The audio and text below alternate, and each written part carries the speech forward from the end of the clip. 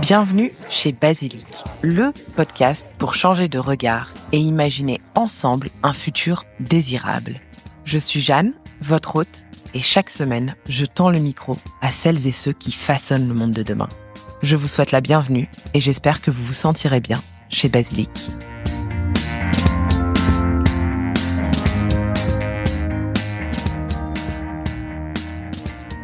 Aujourd'hui, j'ai le plaisir de recevoir Luc-Olivier Pierrier, cofondateur de Ramdam Social, une marque solidaire dont la mission est de lutter contre la précarité alimentaire. Luc-Olivier, avec Ramdam, vous avez mis en place un modèle de redistribution innovant et accessible où chaque achat génère un don concret pour une personne dans le besoin. Évidemment, c'est ce pourquoi j'avais envie de te recevoir au micro aujourd'hui, puisque concrètement, si on achète un paquet de chips, on va prendre cet exemple chez Ramdam, c'est un encas qui est redistribué par une association partenaire. Tu vas nous expliquer tout ça et on va vraiment essayer de comprendre le mécanisme et détailler cette partie-là de votre activité. Ce qui distingue aussi Ramdam, c'est bien évidemment la qualité des produits que vous proposez. Ils sont fabriqués en France avec des compositions saines, transparentes et implantées en grande et moyenne surface, ce qui est aussi, je pense, un signe assez distinctif de certains de vos concurrents. On le sait, c'est un secteur qui est difficile à transformer, qui est réputé en tout cas pour être difficile à transformer. J'ai bien envie de t'entendre sur ce sujet-là aussi. Ramdam Social, c'est donc un véritable ovni dans l'univers de l'agroalimentaire. Vous combinez engagement social, accessibilité et éthique alimentaire, tout en cherchant à répondre aux grands enjeux de société, comme la précarité alimentaire et l'accès à une alimentation saine pour toutes et tous. Bref, pour toutes ces raisons, j'avais très envie de te recevoir au micro. On a mis un petit peu de temps à organiser cette interview parce que vous êtes à Bordeaux et moi à Annecy, donc c'est très loin. Mais aujourd'hui, on est à Bordeaux, dans vos locaux, et on va pouvoir parler de cette belle aventure. Juste avant, je t'invite à te présenter brièvement. Bonjour, merci de nous avoir invités déjà, on est ravis. Donc Luc-Olivier, je suis un des 2 cofondateurs de Ramdam Social. J'ai lancé ça avec Julie, mon associée. On a tous les 2 un parcours dans la grande distribution à impact. De mon côté, j'ai commencé d'abord, je viens de Haute-Savoie, donc j'étais pas loin d'Annecy à la base, je viens de Combloux. Et ensuite, après mes études, je me suis toujours orienté vers l'idée de créer un nouveau type d'entreprise, une nouvelle économie, pour que cette économie ait un impact positif, quel qu'il soit. Et j'ai travaillé d'abord au Bangladesh, où je travaillais pour Grameen Danone. Donc en fait, c'était un social business où l'objectif était tu vas voir, c'est un peu la même chose que Ramdam, apporter de l'alimentation de qualité au prix le moins cher pour les populations dans le besoin au Bangladesh, avec de la production locale. Donc dès le début, j'étais pas très loin de Ramdam. Ensuite, j'ai travaillé chez Bell Explorer, pareil, du business inclusif. Et enfin, j'étais directeur commercial chez Too Good To Go. Donc comment est-ce que tu fais en sorte que le gaspillage alimentaire, qui était plutôt vu comme un poids, une perte d'argent, devienne en fait une opportunité pour des personnes qui n'ont pas forcément les moyens, des personnes qui veulent lutter contre ce gaspillage alimentaire et qu'on puisse valoriser ces invendus. Julie, de son côté, elle a travaillé sur tout ce qui est innocent, apivore, donc la viande végétale, pour se dire comment est-ce que tu repenses l'alimentation, une fois de plus, pour que au quotidien ça soit qualitatif, ça soit un plaisir de consommer et en ayant un impact plus positif derrière. Donc tous les 2 quand même avec une grande dimension sociale et éthique. Exactement. Sociale, éthique et qualitative. On pense vraiment qu'il ne faut pas demander de compromis aux consommateurs. Tout le monde a envie de faire un geste, mais il va pas arrêter du jour au lendemain de faire ses courses à l'endroit où il les fait, de manger différemment, de boire différemment, d'acheter plus cher, etc., etc. Il faut savoir proposer des solutions qui soient simples et qui soient massives pour avoir un impact fort. Et justement, c'est ce dont j'avais envie qu'on parle en ouverture de cet épisode, puisque quand même avec Ramdam Social, vous avez réussi à disrupter un peu ce secteur qui est, on le sait, le secteur des grandes surfaces et moyennes surfaces, aussi le paradis de la malbouffe. Est-ce que tu peux nous expliquer comment est-ce que déjà l'idée a germé et puis comment vous avez pris ce parti d'y aller, de foncer en GMS avec des produits aussi qualitatifs, aussi éthiques et engagés que les vôtres? En fait, au début, on a vraiment pris 2 chiffres en plein visage avec Julie. Le premier, c'est que tu as aujourd'hui une personne sur 3 qui n'arrive pas à se nourrir correctement en France. Et quand je te dis pas correctement, ça veut dire pas assez de nourriture. On ne parle même pas de qualité de nourriture, c'est juste pas assez de nourriture dans son assiette.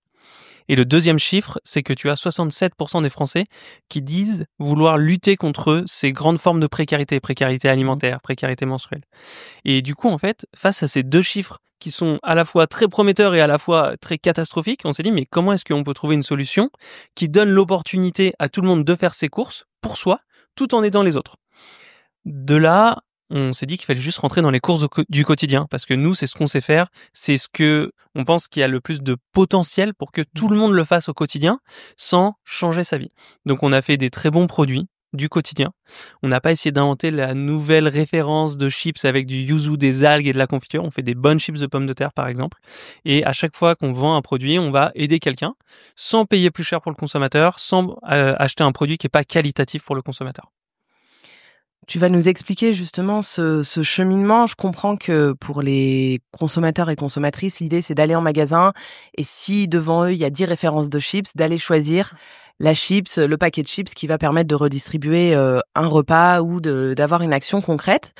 OK, mais du coup, vous, dans votre, tu vois, modèle économique, dans votre structure, comment est-ce que ça s'est mis en place? Parce qu'une fois que tu as, ta référence, donc ton paquet de chips, tes, apéros et cetera, comment est-ce que tu te rapproches des partenaires associatifs avec lesquels tu vas, travailler, collaborer, puisque c'est une forme de collaboration? Voilà, comment tout ça s'est mis en place? Alors, c'est un peu schématique et simplet, mais c'est très vrai. En fait, on a repris la structure de coût d'un produit classique Ouais. et on s'est dit qu'est-ce qu'on n'a plus besoin aujourd'hui pour pouvoir le redistribuer aux associations.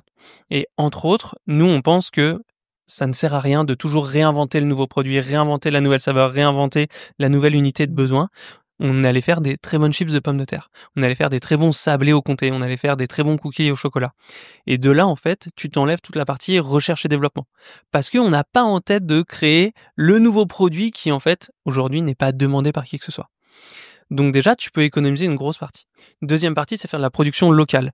Pourquoi? Parce que on s'appuie sur des PME françaises qui produisent très bien et basé sur ces entités-là, en fait, elles produisent déjà ce genre de produits pour des réseaux d'épicerie premium par exemple. Et du coup, nous on leur a dit mais attendez, vous faites des super produits, super quali et en plus vous les produisez depuis longtemps, du coup ça veut dire que vous avez une belle productivité pour avoir un coût qui est assez bas.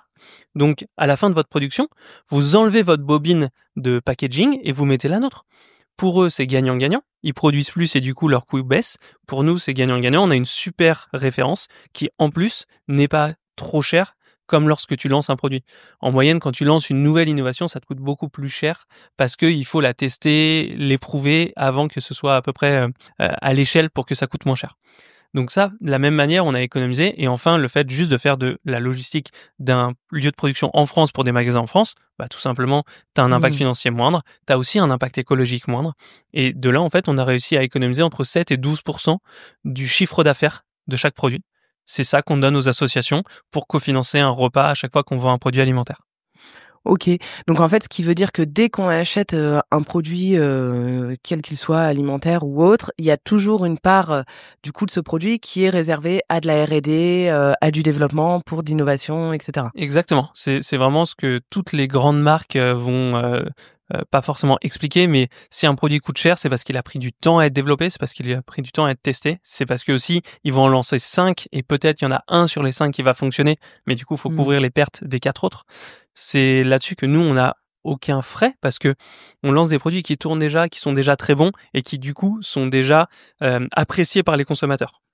Oui, il y a pas un travail de pédagogie, d'éducation pour, appréhender, savourer ce nouveau produit, en fait. OK. Exactement. OK, très intéressant, c'est beaucoup, plus clair. Comment est-ce qu'on vous a regardé quand vous êtes arrivés dans ce secteur avec cette idée, pour le coup, cette innovation sur le côté, social? Parce que ça dénote vraiment de ce qu'on retrouve en GMS aujourd'hui. Voilà, quand vous êtes allés voir les premiers distributeurs, est-ce que tu te souviens comment ça s'est passé et est-ce qu'ils ont écarquillé les yeux en se disant, «Qu'est-ce qui leur arrive à ceux-là?» Ouais, alors complètement et ça a été assez particulier à vivre honnêtement parce que on a vraiment eu 95% des gens qui nous ont regardés comme des mi-hippies, mi-bobos, mi-fous en nous disant mais attendez mais qu'est-ce que vous racontez? Premièrement, ça va jamais fonctionner. Deuxièmement, vous allez fermer votre boîte au bout de 6 mois et troisièmement, si ça pouvait fonctionner, ça fait bien longtemps que ça aurait été fait. C'est un peu Mmh. des phrases qu'on entend toujours à se dire oui, ça fait partie du storytelling. Nous, je peux te le dire, on l'a appris mais 10 fois dans les dents. Et jusqu'à ce qu'un distributeur, Carrefour en l'occurrence, nous dise bah, attendez, nous en fait on trouve ça intéressant, on va co-travailler le sujet avec vous. Et pour le coup, ils nous ont beaucoup aidé à améliorer certains aspects des produits. Et jusqu'à un moment où ils nous ont dit bon bah écoutez, ouais ça y est, on pense que ça le fait, on pense que ça marche, on pense que vous répondez vraiment à un besoin du consommateur et à un besoin de la société. Donc banco, on y va. Et ça c'était en janvier l'année dernière, donc janvier 2024. Oui, parce que je l'ai pas précisé dans l'introduction, mais c'est une marque qui est assez récente. Vous êtes lancé il y a peu. Donc Carrefour vous a accompagné finalement à retravailler peut-être un peu votre positionnement, le packaging, etc. J'imagine. Ils vous ont un peu tenu la main pour vous lancer chez eux. C'est ça, trouver les bonnes unités de besoin, donc trouver les Ouais. bons produits qui permettront de bien commencer le projet. Et en fait, ça a très bien fonctionné parce que à la fois Carrefour aujourd'hui est très content puisque bien sûr qu'il y a un impact extrêmement fort et du coup de la communication aussi pour le groupe Carrefour, mais il y a aussi du commerce qui est fait pour leur magasin parce que les produits se vendent beaucoup et donc font beaucoup de dons, mais ils font aussi du chiffre pour leur magasin. Et maintenant, on voit que ça fonctionne parce que tous les autres distributeurs qui, il y a un an, nous disaient mais attendez, qu'est-ce que c'est que cette histoire, nous appellent et nous disent bah c'est super en fait ce que vous faites, c'est génial. Et nous aussi, on veut pouvoir avoir cette dualité qui est bah j'achète des bons produits pour Mmh. mon consommateur qui vont aider les gens dans le besoin et je fais tourner mon magasin. Comme je te disais en introduction, tu as 70% des Français qui veulent lutter contre les formes de précarité. Et en fait, ces 70% des Français se retrouvent aussi dans les acteurs de la grande distribution, dans les responsables des magasins, dans les responsables de rayons. Et donc tu le disais, vous reversez entre 7 et 10% de votre chiffre d'affaires, donc c'est assez conséquent quand même, à des associations. Comment est-ce que vous avez sélectionné, choisi ces partenaires puisque votre promesse c'est un produit acheté égale un don, c'est ce qui est écrit sur tous vos packs, etc. Comment est-ce que vous les avez sélectionnés, ces associations, et est-ce que ça se matérialise avec des redistributions annuelles, voilà, comment ça se passe? On a un cahier des charges très précis Ouais. et on a un contrat aussi très précis avec nos associations. C'est important que dans ce genre de projet, la transparence Mmh. soit totale. S'il y a un doute, surtout sur ce type de projet, on nous fera aucun cadeau. Donc on est vraiment très transparent, on a des contrats et c'est assez simple en fait. À chaque fois qu'on vend un produit, on a un montant financier qui est reversé à l'association. Ce montant correspond au don qu'on Mmh. explique de manière très transparente sur notre site, sur notre packaging. Par exemple, on parlait des plats cuisinés. Pour ce plat cuisiné qui va être acheté par un consommateur, il y a 250 grammes de fruits et légumes pour un étudiant en précarité avec l'association Linky. Donc on explique tout. Et comment est-ce qu'on choisit ces associations? Il y a plusieurs choses. D'abord, ce sont des associations qui n'ont pas une conviction politique ou religieuse forte. On veut que le projet parle à tout le monde. Mmh. On veut que le projet aide tout le monde. On a aussi une volonté d'avoir des gens qui sont partenaires avec nous. Ça veut dire que on va pouvoir avoir une relation de co-construction avec eux. Par exemple, les banques alimentaires, on a commencé avec eux et ils nous ont dit tout de suite, mais attendez, avec vous, on aimerait faire un nouveau projet, c'est aller chercher, aller acheter des fruits et légumes pour des agriculteurs qui ont des difficultés financières et qui ont des hors quotas ou des hors calibres. Donc en fait, bah, ta courgette, elle est un peu plus tordue que la moyenne, elle est excellente, délicieuse, très bien produite, sauf qu'elle ne sera pas vendue parce qu'il y a 45 degrés au lieu de 39. Du coup, on a mis ça en place avec les banques alimentaires. Et le dernier point, c'est qu'elles ont accepté notre contrat, qui est d'avoir un audit. Donc nous, on récupère leur audit pour s'assurer que les dons sont bel et bien faits. Et elles acceptent de nous auditer, entre guillemets. En fait, on a notre expert comptable qui envoie les chiffres de nos produits vendus et qui leur demande de le valider. Ce qui veut dire que nous, on Mmh. montre que oui, on a bel et bien vendu 152 000 plats cuisinés et que du coup, on a bien financé 152 000 portions de fruits et légumes pour un étudiant. Ouais, d'accord. Donc il y a vraiment un contrat, une relation de confiance dans les 2 sens aussi, parce que c'est un peu le risque, je trouve, et c'est pour ça que je voulais te recevoir au micro, c'est qu'on peut aussi passer devant les produits et se dire: Ça va être du greenwashing, ils vont jamais Complètement. reverser l'argent, et ça s'est vu en fait, et ce serait pas complètement délirant de penser ça. C'est ça. Donc il y a un vrai contrat de transparence en fait. C'est ça, confiance et contrôle. Ouais. On donne l'accès au contrôle de nos chiffres via un expert comptable qui est indépendant pour que l'association, elle soit certaine que nous, on joue le jeu. Et à l'inverse, nous, on leur demande aussi un droit de regard. Donc c'est pour ça, en fait, que ça fonctionne. Les consommateurs, quand ils parlent de nos produits, ils disent mais en fait je sais exactement Mmh. l'association et je sais exactement ce qui est donné concrètement. On arrête de me parler de pourcentage, d'euros. On me dit exactement, je donne 250 grammes, ça correspond à deux portions de fruits et légumes pour un étudiant. Donc c'est tellement directe que les consommateurs se retrouvent aussi dans cette promesse. Oui, je trouve que c'est beaucoup plus parlant et ça rend le don très concret. Aujourd'hui, vous collaborez, puisqu'on peut appeler ça des collaborations, avec combien d'associations? Alors, on est avec le Secours populaire, le SAMU social, les banques alimentaires depuis maintenant 1 an, et on a lancé une nouvelle vague de produits en fin d'année 2024 avec Dons solidaires sur la précarité menstruelle et avec Linky entraide étudiante. Ok. Donc aujourd'hui, on a 5 associations et chaque fois qu'on lance une nouvelle gamme de produits, on va sur une nouvelle association pour que ça soit une fois de plus très simple à comprendre pour le consommateur. Si je parle de biscuits apéro, c'est le Secours populaire. Si je parle de plats cuisinés, c'est Linky. Oui, que chaque don soit aussi corrélé finalement à l'achat qu'on réalise, bien sûr. Super, c'est très clair. Merci beaucoup d'avoir précisé ça parce que je pense que ça expliquera beaucoup de choses aux auditeurs et auditrices. Est-ce qu'aujourd'hui, là, 1 an après votre lancement, vous avez pu un peu mesurer l'impact? J'imagine que oui, si tu me dis que vous faites expertiser, qu'il y a un comptable qui analyse les chiffres, etc. Quel est l'impact aujourd'hui? Comment est-ce que vous l'avez mesuré et quels sont les retours aussi des associations? On a évidemment notre nombre de dons et c'est assez sympa parce que pour nous, c'est vraiment la référence clé dans l'entreprise parce que ça montre à la fois l'impact qu'on a, ça montre aussi à la fois la performance dans les magasins, le nombre de produits vendus. Donc ça permet de motiver toute l'équipe au quotidien, de savoir et de voir comment est-ce que ça évolue. Donc on a fait à peu près 1,5 million de dons en 2024. Ça correspond à un produit vendu chaque minute. Donc ouais, c'est génial. Ça devient concret, ça devient un petit peu massif à notre échelle parce que honnêtement les premiers mois on parlait de 1 000 €, donc pour une association comme le Secours populaire forcément c'est pas grand chose par rapport à ce qu'elle peut recevoir, et quand tu arrives en fin d'année et que tu commences à regarder la masse de dons, tu fais ça commence à devenir un vrai coup de pouce pour cette association. Donc, on fait très attention à suivre ça et on fait aussi très attention à suivre l'appétence de nos consommateurs. En fait, si ce projet veut avoir un impact dans la durée, et c'est à ça qu'il sert, il faut que les consommateurs soient aussi contents de consommer le produit. Donc, on regarde beaucoup si les produits sont achetés, si les produits sont assez gourmands, assez qualitatifs, et on a des super retours. On avait fait un test sur, par exemple, nos sablés apéro et ils étaient ressortis premiers du rayon parce que les consommateurs les trouvaient meilleurs que tous les autres dans le rayon. Je confirme, ils sont délicieux et les cookies aussi, enfin tout ce que j'ai testé de chez vous de toute façon est absolument délicieux. Et juste petit aparté parce qu'on l'a pas dit, mais vous n'êtes pas distribué uniquement chez Carrefour. Carrefour vous a aidé à vous lancer et voilà sur ces unités de besoin, mais aujourd'hui, je pense que c'est quand même important de le préciser, on peut vous trouver ailleurs. Bien sûr, et c'est marrant parce que Carrefour, dès le début, nous a dit nous, on veut pas d'exclusivité sur ce projet, on veut absolument être un des partenaires. Et de toute façon, c'est le sens du projet. Il faut qu'il y ait un maximum de magasins pour avoir un maximum de dons. Bien sûr. Donc, on est présent chez Carrefour, dans le groupe Casino, donc Monoprix, Franprix, Monop. On est présent aussi chez Intermarché et chez U.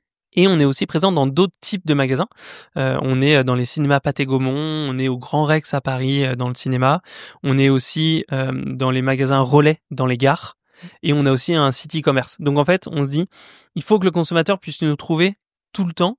Parce qu'en fait, faire une bonne action doit être aussi simple que s'acheter un paquet de sablés apéro. Et c'est vraiment la façon de le penser. Donc il faut qu'on soit disponible à chaque fois qu'il en a besoin. Oui, bien sûr. Si c'est laborieux et qu'on a du mal à vous trouver, c'est un don qu'on va faire une fois peut-être de temps en temps, mais ça va pas être quelque chose de récurrent. Ouais, c'est ça, exactement. Et c'est pour ça on a créé sur notre site, donc ramdamsocial.eu, une map avec tous nos magasins. Et on a plus de 2000 points de vente aujourd'hui. Donc c'est assez génial de se dire après 1 an, en fait, t'as 2000 magasins qui mettent tes produits en avant, qui du coup sont un peu partout en France. Aujourd'hui, moi je te disais, je viens de Combloux, au fin fond de la Haute-Savoie, il y a un magasin qui vend nos produits. Donc c'est assez dingue de se dire, ça y est, en fait, tout le monde peut avoir accès à ce genre de produits solidaires. C'est parce que tu as fait du lobbying à Combloux. Ma mamie. Tu le disais, vous avez étoffé votre gamme avec 2 produits assez différents et on va en parler. Je voulais qu'on commence par les plats préparés destinés à lutter contre la précarité alimentaire parce que c'est un sujet vraiment massif en France et grandissant malheureusement. En préparant cette interview, je me suis un petit peu replongée dans les chiffres et justement, il y a une étude de l'organisation étudiante FAGE qui est sortie récemment, qui a publié son baromètre de la précarité étudiante. Et cette enquête révèle que 66% des étudiants sautent des repas chaque semaine, donc 86 par manque d'argent. Donc c'est quand même considérable et on voit bien avec ces chiffres que l'alimentation devient une variable d'ajustement budgétaire. Est-ce que tu peux nous expliquer comment vous en êtes venu à vous emparer de ce sujet aussi? Est-ce que c'est quelque chose que vous aviez toujours eu en tête ou finalement c'est aussi pour faire suite aux actualités, voilà, à force d'en entendre parler, vous a dit qu'il fallait agir sur ce sujet-là? Pour être très sincère, on apprend aussi beaucoup grâce à nos partenaires associatifs. Les profils sont différents dans les bénéficiaires et tu as de plus en plus de besoins sur des personnes en grande précarité. Typiquement, les personnes qui sont les étudiants ou les personnes à la retraite ont des très très petits pouvoirs d'achat pour pouvoir avoir un impact au quotidien avec ce qu'ils ont dans leur portefeuille. Donc on s'est appuyé sur une association qui est Linky, qui nous a énormément intéressés parce que à la fois ils font un énorme travail avec des étudiants pour des étudiants et en plus sur la dignité pour les collectes alimentaires. Ils font ça dans des lieux qui sont entre guillemets anodins, donc ça peut être des jolis restos, ça peut être des salles un peu sympas dans des mairies avec des ambiances, il y a de la musique, c'est pas un moment où c'est compliqué intellectuellement de venir. Ils essayent de créer un lien avec les étudiants bénéficiaires pour pouvoir montrer que bah oui, ça arrive d'avoir un passage qui est un peu plus compliqué dans le mois. Ça doit pas être une normalité, mais on doit pas non plus s'auto-flageller là-dessus. Et on a trouvé leur manière de fonctionner très intéressante, très saine, très accompagnatrice aussi avec les étudiants. Et du coup, la gamme suivante de produits, en fait, elle faisait sens. On voulait la lancer avec eux. Et donc, on a fait les plats cuisinés. Pour ôter aussi peut-être ce sentiment de honte, de culpabilité qui, j'imagine, va de pair quand on traverse des périodes aussi difficiles que celle-ci. Tout à fait. Il y a certaines personnes parfois qui, quand on les croise, nous disent oui, bah c'est simple d'aller chercher de la nourriture et de l'avoir gratuitement. Non, pas du tout. C'est horrible. Nous, on a eu l'occasion de parler avec des bénévoles qui nous ont expliqué, mais attendez, c'est horrible de faire la queue pour mendier de la nourriture, pour mendier pour soi, pour mendier pour ses enfants. C'est parmi les pires expériences de vie de certaines personnes. Donc, les personnes qui le normalisent, qui disent « Ah oui, c'est simple et on en profite d'aller dans les banques alimentaires », non, absolument pas. Et je pense qu'il faut absolument combattre cette idée. C'est un problème de dignité de devoir aller mendier pour soi et pour sa famille. Donc, c'est pour ça que Linky fait un gros travail avec les étudiants et fait un gros travail aussi de les accompagner un peu plus loin que juste leur donner de la nourriture et recréer un lien. Et ce que font toutes nos assos, essayer d'accompagner aussi dans la réinsertion toutes ces personnes bénéficiaires. Oui, je connaissais pas du tout cette association avant de préparer cette interview et de découvrir que c'était avec elle que vous collaboriez. Et effectivement, ils ont de nombreuses actions. Je pense que pour les auditeurs et auditrices qui nous écoutent, qui pensent que ça pourrait leur être utile, aller jeter un œil sur leur réseau, ça vaut le coup, je pense. Et en parallèle, donc on a parlé de la précarité alimentaire. Il y a un autre sujet très important qui, moi, me tient évidemment personnellement très à cœur, qui est celui de la précarité menstruelle.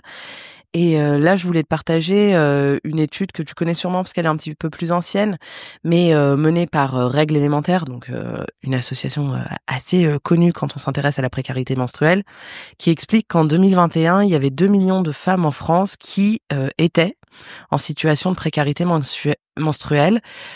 Et en 2023, donc seulement 2 ans après, ce chiffre a doublé. Donc c'est absolument considérable. On était à 2 millions en 2021, 2 millions de femmes. Aujourd'hui, on est à 4 millions, peut-être plus même. Là, j'ai pas les derniers chiffres parce que j'ai pas trouvé d'études plus récentes. Pareil, j'aimerais bien t'entendre sur ce sujet parce que là, pour le coup, vous êtes allé quand même dans une direction assez différente que celle que vous aviez prise initialement, à savoir le snacking et tout. Là, on est plutôt sur des produits d'hygiène. Comment ça s'est fait ? Ouais, tout à fait. Alors, je vais te faire deux réponses. La première, c'est un vrai sujet. C'est pas un vrai sujet. C'est un vrai sujet parce que ça touche énormément de femmes. Ça veut dire que ce sont des femmes qui ne peuvent pas sortir de chez elles pour aller à l'école, pour aller travailler, parce qu'elles n'ont juste pas de quoi se payer, de quoi se protéger. Du coup, premièrement, on revient sur la dignité, c'est assez terrible, c'est une perte de confiance en soi énorme, c'est une perte d'emploi, une perte de jours d'école. Et en plus, ça apporte des maladies, parce que quand tu dois sortir, appelons un chat, tu mets des serviettes que tu as trouvées au McDo pour te protéger. Donc ça t'apporte énormément de problèmes en termes de maladies. Et pour revenir sur le début, ce n'est pas un sujet, parce qu'en fait, personne n'en parle en France. Il y a une personne sur deux, je crois, qui, lorsqu'on lui pose la question « c'est quoi la précarité menstruelle ?», n'arrive pas à répondre correctement. En fait, on ne sait pas pourquoi, mais c'est un sujet que les gens n'abordent pas. Les gens ne discutent pas, c'est gênant, et il faut absolument le mettre sous le tapis. Et Nous, c'est dès le début avec Julie, c'était un sujet qui nous tenait à cœur, à la fois pour faire des dons via nos produits, bien sûr, mais aussi à la fois pour mettre ce sujet sur la table et à notre échelle, dire regardez, il y a un vrai souci, il faut qu'on se bouge. Et surtout en France où avoir accès à des protections périodiques gratuitement, c'est un sujet qui est pas du tout pris en compte par la classe politique. Il y a une loi qui a été votée qui n'a jamais été mise en place, alors que tous les voisins européens ont déjà mis en place ce genre d'initiative. Donc on avait dès la création de Ramdam la volonté d'aller sur ces sujets-là. En fait, la précarité, elle est vraiment multidimensionnelle. Quand tu galères à avoir assez de nourriture, tu galères aussi à te payer des protections périodiques, tu galères à te payer un gel douche. Donc, c'est des sujets qui doivent être traités en même temps. Et de la même manière, nous, pour le consommateur, on lui dit, mais tu peux faire ton panier de courses de manière solidaire sur tous tes produits du quotidien. Et on a réutilisé la même recette. On fait des bons produits, donc bien produits, qui sont sains pour le corps. Donc on a commencé par des serviettes périodiques et des savons. Et à chaque fois qu'on va vendre un paquet de serviettes périodiques, on va offrir une journée de protection périodique à une jeune femme en précarité menstruelle. Donc par exemple, on travaille avec Don Solidaire, qui est une association qui offre des protections périodiques pour les femmes en grande difficulté. Et on a vraiment fait très attention aussi à la qualité du produit. Les protections périodiques, entre autres, sont un sujet extrêmement difficile parce que pendant des années, les industriels ont fait un peu n'importe quoi, si on veut être honnête, sur la qualité de ce qu'on mettait à l'intérieur.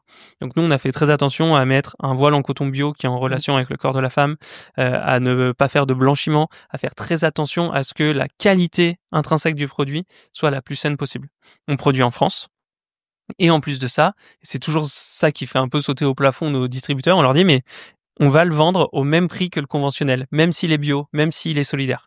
Et du coup, dans les rayons, on se retrouve à 2,75 € le paquet de 10 serviettes jour, qui est le même prix qu'un Nana conventionnel, par exemple, qui est non bio. Donc c'est ça qui est assez génial dans ce projet, c'est que on montre à tout le monde que tu peux faire des très bonnes courses pour toi, tout en aidant les autres, sans que ça soit plus cher. Et on sait exactement quels sont les produits qui vont être en contact avec notre corps et qui plus est nos muqueuses pendant toute la journée. Tout à fait, on fait super gaffe à ça, on met en avant, on explique, on présente, et même sur Yuka par rapport à la partie alimentaire, dès le début on s'est mis un peu à nu sur cette appli parce que on pense que c'est comme ça que ça fonctionne et que c'est comme ça que ça devrait fonctionner pour tout le monde d'ailleurs. Oui, mais tu vois, c'est presque frustrant, je trouve. Enfin, c'est génial qu'on ait cette transparence chez Ramdam Social, mais c'est bien la preuve que c'est faisable, que c'est possible d'inscrire la liste de composants d'une serviette périodique et ça n'est pas fait encore aujourd'hui. Tu vois ce que je veux dire? Il y a quand même une frustration. Heureusement qu'il y a des entreprises comme la vôtre, mais ça donne envie de secouer ce secteur. Bien sûr, et nous, forcément, parfois on se dit qu'on se bat avec des armes qui ne sont pas égales parce que certains profitent du système pour cacher des choses quand nous, on prône la transparence. Après, c'est aussi pour ça que on est ensemble aujourd'hui. C'est aussi pour ça qu'on fait beaucoup de communication. On le met en avant. Et très honnêtement, les consommateurs sont ultra sensibles aujourd'hui à ça. On est une jeune boîte, on a à peine 1 an, et pourtant on a réussi à vendre 1 demi-million de produits. Ça montre bien que les gens s'intéressent à ce sujet, ont envie de changer les choses, à leur échelle, petit à petit, sans tout chambouler dans leur vie et faire une révolution. Mais clairement, c'est en train de bouger et ça se voit. Oui, puis je pense qu'il y a aussi une volonté quand même de, tu vois, reprendre un peu le contrôle et de pas être pris pour des personnes ignorantes qui s'intéresseraient pas à ces sujets-là, parce que c'est ça aussi, il y a un côté très condescendant, je trouve, quand on propose des produits sans prendre la peine d'expliquer ce qu'il y a dedans, tu vois. Ouais, tout à fait. Et certaines applications nous ont énormément aidés. Je parlais du Yuka à l'instant parce qu'en fait, ça a permis d'expliquer simplement à tout le monde ce qui est à l'intérieur d'un produit et du coup de faire remonter des choses. Ouais. Et typiquement, Yuka a fait changer pas mal d'industriels sur la qualité de leurs produits et sur certaines matières premières qu'elles ont complètement enlevées.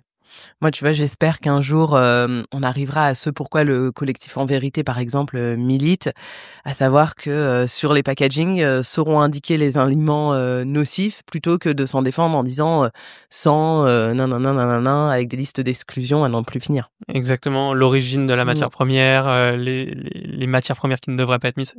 En fait, c'est juste dingue parce que ça devrait être la base. Ça devrait être ce qu'on fait depuis des décennies et en fait on a un peu allé dans le mauvais sens sur l'alimentation, sur les produits d'hygiène. Et aujourd'hui, on se dit qu'on doit revenir, mais on revient de très très loin. Donc on revient à petits pas, mais c'est ultra important et le travail d'En Vérité est très important là-dessus. Il faut remettre en avant les produits de qualité et bien produits. Donc tu l'as dit, vous avez vendu, plus d'1 demi-million, de produits. C'est absolument colossal en 1 an, à peine, un tout petit peu plus d'1 an, d'existence. Aujourd'hui, comment est-ce que vous parvenez à, allier, viabilité économique et impact social? Tu nous l'as dit, mais avec 1 an, de recul, vous avez aussi plus de visibilité, j'imagine, sur, la rentabilité de votre structure, sur, vos projets et cetera. Est-ce que tu peux nous en parler un peu? Puis peut-être, orienter aussi sur, l'avenir et votre vision? Bien sûr. Forcément, on est une jeune entreprise, donc on ne gagne pas d'argent, on en perd, si on veut être honnête. On a construit l'entreprise avec Julie, avec l'ambition d'arriver à l'équilibre économique à 2 ans, donc fin 2025. Ce qui, à la fois nous donne un point, de passage assez important dans la croissance de l'entreprise, mais aussi, une réassurance de se dire: «Ce projet qui apporte des revenus aux assos, il ne doit pas disparaître du jour au lendemain parce qu'on a mal géré». Parce qu'en fait, les assos vont compter sur nous. Donc le fait d'arriver à cet équilibre économique nous assure qu'on soit pérenne et du coup durable dans le temps, dans les rayons, dans les placards de tout le monde. Donc on va atteindre cet équilibre économique fin 2025 et on a l'ambition après de continuer à grandir. Continuer à grandir, ça veut dire quoi? Ça veut dire à la fois aller sur des nouveaux produits et à la fois aller sur des nouveaux magasins. On est sollicité par des nouvelles chaînes de grande distribution, on est sollicité par des chaînes de restauration, on a aussi des chaînes d'hôtels qui nous appellent pour mettre nos produits. Donc c'est assez génial parce qu'on voit que pas mal d'acteurs disent: «Mais pourquoi est-ce que vous venez pas chez moi?» Et du coup, ça montre que le modèle fonctionne et on a aussi maintenant donc des producteurs qui nous appellent en nous disant: «Mais moi, j'ai ce super produit que je fais pour ce réseau d'épiceries fines, pourquoi vous le prenez pas chez vous et on fait un truc ensemble?» Et c'est assez génial parce qu'on est beaucoup sollicités et donc on va vraiment continuer à croître là-dessus. On veut avoir, on a l'ambition de devenir un modèle de consommation. Un modèle au sens large, on n'est pas une marque de produits, on n'est pas une marque de cookies. On veut que tout le monde puisse dire: «Bah, moi, je fais, mes courses avec un panier de produits solidaires» et on espère, à notre échelle, dire on aura peut-être inspiré d'autres marques pour venir en complément de Mmh. nous et se dire: «Bah, demain, oui, tu peux acheter ton lait C'est qui le patron, tes produits d'apéro Ramdam Social et tes produits, de DPH, d'hygiène et peut-être que, quelqu'un va arriver en faisant, des boissons et là, on aura gagné parce que ça serait une vraie alternative pour le consommateur au quotidien pour faire 50 bonnes actions avec ces 50 produits qu'il aura quand il aura fait ses courses. Oui, donc il y a cette volonté, d'essaimer, dans ce secteur, qui en a quand même, bien besoin. Tu mentionnais C'est qui le patron? J'imagine que ça a été aussi une source d'inspiration, pour vous, même si le modèle est un petit peu différent. Peut-être que tu peux expliquer un peu comment fonctionne cette marque et quelles sont, leurs valeurs et leurs enjeux? Bien sûr, c'est une marque qui, en fait, travaille à redistribuer, pas aux associations comme Ramdam Social, mais aux agriculteurs. Donc c'est des produits qui sont plus bruts, ça va être du lait, des œufs, du beurre. Et en effet, et pareil, faut être honnête, on a été, très inspirés, on leur a posé des questions pour construire ce Ramdam Social parce que ça fait, je crois 10 ans qu'ils sont lancés et c'est, un succès fantastique. C'est le premier vendeur de lait en France en volume, donc c'est complètement dingue. Ça montre aussi que les consommateurs veulent aider. Au début, ça s'est passé par, la crise laitière pour montrer qu'il fallait aider les agriculteurs et du coup est arrivée la solution, C'est qui le patron? Et ben, de la même manière, nous, c'est la précarité alimentaire, c'est la précarité hygiénique et on apporte les produits Ramdam Social. Mmh. Donc ce sont des modèles qui nous inspirent et qui derrière vont nous aider aussi à essaimer ça en disant: «Bah, en fait, il y a tout le reste des produits qui aujourd'hui ne sont pas remplacés par une alternative solidaire, qui peuvent l'être. Allons-y, créons des nouveaux modèles, créons des nouveaux produits et faisons en sorte que tout un chacun puisse l'acheter quand il le souhaite».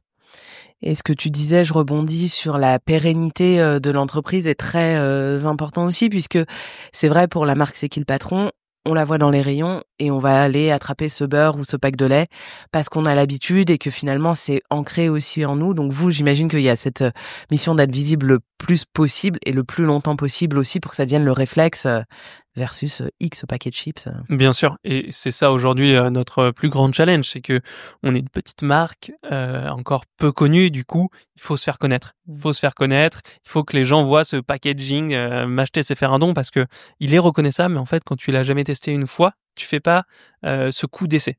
On fait souvent ces courses par habitude en prenant les produits qu'on a l'habitude d'acheter et du coup, nous, c'est vraiment créer le premier achat et c'est assez génial parce qu'on reçoit énormément de messages de personnes qui nous disent: «Ah bah, j'ai testé une première fois, En fait, je me suis rendu compte que c'était très bon, que c'était moins cher et qu'en plus c'était fabriqué en France et je pouvais faire une bonne action. Donc pourquoi est-ce que j'achèterais pas tous les autres? Et c'est ça qui est assez dingue, c'est et pourquoi j'achèterais pas les autres produits Ramdam qui revient tout le temps. Et c'est assez génial parce que ensuite c'est des consommateurs qui parlent de nous. On reçoit énormément de photos de gens qui ont fait l'apéro et qui ont dit bah regardez, j'ai montré à tous mes copains parce qu'en fait votre marque elle est géniale. Donc ce côté bouche à oreille nous fait énormément plaisir. Donc merci aussi à tous les messages qu'on reçoit, ça booste. J'imagine. Et d'ailleurs, pour les milliers d'auditeurs et d'auditrices de Basilic qui nous écoutent et qui peut-être n'ont pas encore trouvé Ramdam Social dans les rayons de leur supermarché, qu'est-ce qu'ils peuvent faire? Comment est-ce qu'ils peuvent faire pour que vous soyez référencés? Par exemple, moi, je pense que vous n'êtes pas à l'Intermarché d'Annecy pour l'instant. Comment est-ce que je peux faire pour vous aider? Et voilà, je me dis que si on est des milliers à écouter cet épisode et à parler de la marque autour de nous, ça aura un impact. Donc, est-ce qu'on peut faire quelque chose, nous, à notre petite échelle? Bien sûr. D'abord, c'est regarder sur notre site, donc ramdamsocial.eu, tu as une map avec tous les magasins, tu peux retrouver s'il y en a proche de chez toi, tu peux aussi faire tes courses sur le site d'ailleurs. Et ensuite, parlez-nous aux magasins, c'est ultra important. Et les magasins écoutent énormément leurs consommateurs. En fait, ils savent très bien que si toi tu veux l'acheter, ta voisine potentiellement et ton voisin veulent aussi l'acheter, et du coup ils voient l'intérêt. Et du coup, ils vont nous contacter et on va pouvoir les livrer. Donc c'est des petites choses, mais qui en fait aident énormément, parce que nous on doit beaucoup convaincre tout le temps les consommateurs, les magasins, toutes les personnes avec qui on veut travailler. Donc parler de nous au magasin, c'est génial. Parler de nous à ton voisin quand tu as ramené de quoi faire l'apéro, c'est génial aussi parce que on se rend compte que ça marche extrêmement bien. Parce que les grandes surfaces, enfin grandes et moyennes surfaces, sont quand même libres de sélectionner les produits qu'elles vont référencer ou elles passent par une plateforme d'achat? Ça va dépendre de des réseaux. Ok. Tu parlais par exemple d'Intermarché. C'est un modèle de franchisé, donc qui sont tous indépendants. Tu peux choisir dans le catalogue Intermarché, mais tu peux décider de le faire ou de ne pas le faire.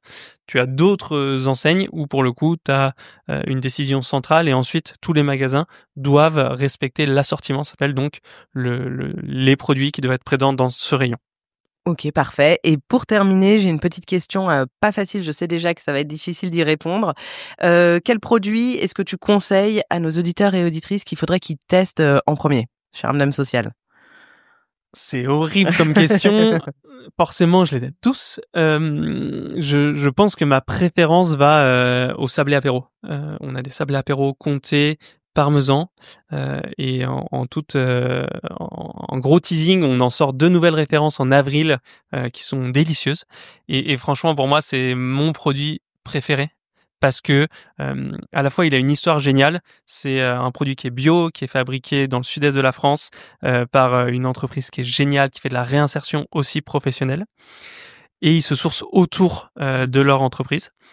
Ensuite, on les distribue depuis longtemps et ça a été vraiment notre produit qui a vraiment convaincu un peu tout le monde. Ils sont délicieux.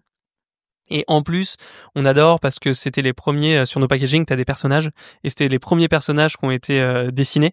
Et en fait, sur chaque packaging, tu retrouves 6 personnages et les 6 personnages des sablés, c'est vraiment les 6 premiers. Donc il y a à la fois le goût, à la fois l'histoire et à la fois le côté un peu perso sur les personnages qu'on aime bien. Et forcément, le don est génial parce que c'est avec le Secours populaire et ça apporte des cofinancements de repas pour des familles. Donc une fois de plus, tu touches à un beau modèle du Secours populaire, donc on en est très fiers. Génial. Eh ben, ça donne envie et je confirme, ils sont absolument délicieux. Merci beaucoup Merci de à ton toi. temps et puis j'espère à dans 5 ans pour parler à nouveau de Ramdam Social et de vos exploits d'ici là. Avec plaisir. Merci beaucoup. Merci d'avoir écouté cet épisode jusqu'au bout. Si vous êtes encore là, j'imagine qu'il vous a plu. N'oubliez pas de vous abonner à Basilic sur votre application de podcast favorite pour ne louper aucun épisode. Vous pouvez également me suivre sur Instagram et LinkedIn @basilicpodcast pour découvrir les coulisses de tous les épisodes et de toutes les interviews. Et enfin, si l'univers du podcast vous intéresse, alors je vous invite à jeter un œil à basilicpodcast.com. Vous y découvrirez Basilic Studio, la formation que j'ai créée pour vous accompagner à lancer votre propre podcast et surtout le podcast de vos rêves, mais également Basilic Lab, l'agence qui nous permet de créer des podcasts pour des marques audacieuses et des thérapeutes engagés. Je vous donne rendez-vous la semaine prochaine pour un nouvel épisode et d'ici là, prenez grand soin de vous.